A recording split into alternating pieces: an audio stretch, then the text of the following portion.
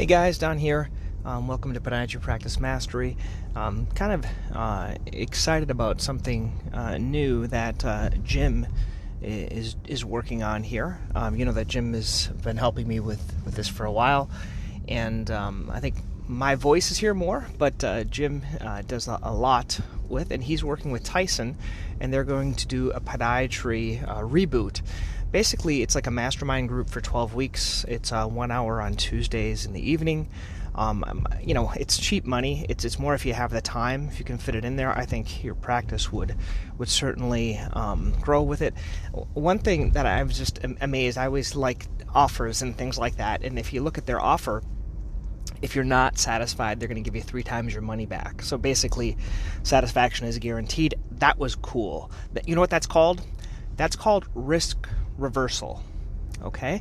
So what can you do in your practice that you can reduce the risk, right? So charge more and then reduce the risk, and the amount of people that will do it is a lot higher. Let me give you a case in point. Formula, whatever number, 236 they're at right now. I think it was Formula 7 and then Formula 18 and then Formula 21. When I talk about nail fungus, I say topicals don't work. Okay, but if you're going to buy one, buy mine. Why? Well, it's because it has money back guarantee.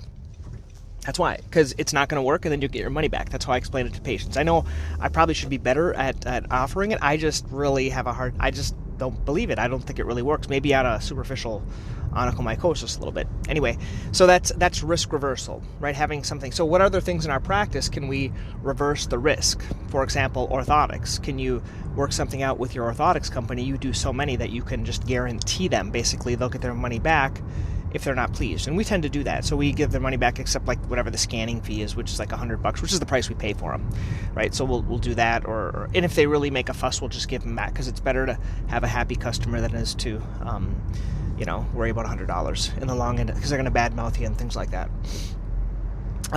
Other thing I want to tell you, give some updates.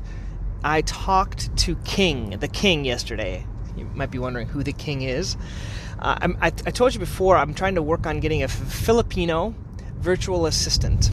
And I recently interviewed Shane. Now, Shane is a website guy, and he said he had King. And I'm like, who is King? He said, King's does all my, SEO, I think they call it, all this stuff for him. And I said, well, what does King earn? And he said, King earns $3 an hour. And I said, I want to know King. And so he introduced me to King. I'm not going to introduce you guys to King, but I'll kind of let you know how it works. There's a couple ways of doing this. I know Hey Rach is one. They use Filipino for like transcription, and they'll do other stuff for you. But basically, I think if you do Hey Rach, it's like, $6 an hour or something like that, which is good. I think if you go directly to the source, right, that's why it's $3, because I'm paying King and I'm not paying the company that doubles the price for it.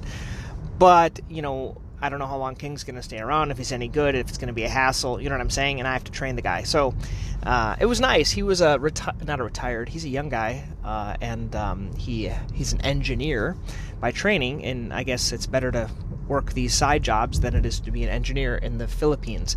But what was interesting is prior to our visit, he had a ganglion cyst. So he was on my YouTube channel, he saw my video on ganglion cyst. And he said, oh yeah, can you help me with this? And I said, no, I only do feet.